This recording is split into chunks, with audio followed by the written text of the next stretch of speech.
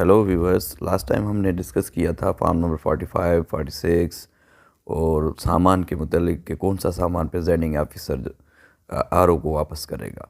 दौरान polling APO की बहुत सारी ज़िम्मेदारी होती है। उन सब में से जो एक ज़िम्मेदारी है वो काउंटर फाइल को फिल करना है।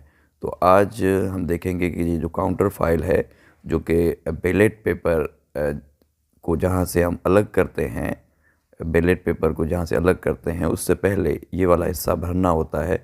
इसको हम काउंटर फाइल कहते हैं। तो काउंटर फाइल को फिल करने के लिए जैसे ही वोटर आपके पास आएगा तो यहाँ पे आपने वोटर का एनआईसी नंबर दर्ज करना है, नंबर 1 यहाँ पे, ठीक है। उसके बाद जो है वोटर का जो है सिलसिलावार नंबर आपने नोट करना है, जो कि आपको वोटर लिस्ट के कॉलम नंबर 1 से मिल जाएगा। अगर वोटर लिस्ट को हम देखेंगे तो यहाँ पे ये सिलसिलावार नंबर है, ये आपको नज़र आ रहा होगा, सिलसिलावार नंबर 23, ठीक है। तो आपने ये सिलसिलावार नंबर जो है लिखना है यहाँ पे। उसके बाद एरिया का नाम लिखना है कि जो इलेक्टोरल एरिया है वो कौन सा है। ये आपको जो बालाई हिस्सा है इसका वोटर लिस्ट का, वहाँ पे अगर वोटर लिस्ट में हम नाम देखेंगे, हल्के का अगर नाम देखेंगे तो ये आपको इलेक्टोरल एरिया का नाम नज़र आ रहा होगा। जो भी आपका नाम होगा लिखा होगा वो आप यहाँ पे लिख देंगे। उसके बाद जो है आपने यहाँ पे अंगूठे का निशान लेना है। यहाँ पे अंगूठे का निशान लाजमी लेना है। मर्द का आप जो है वो लेफ़्ट लेंगे और जो ख़वातीन है उसका आप राइट लेंगे।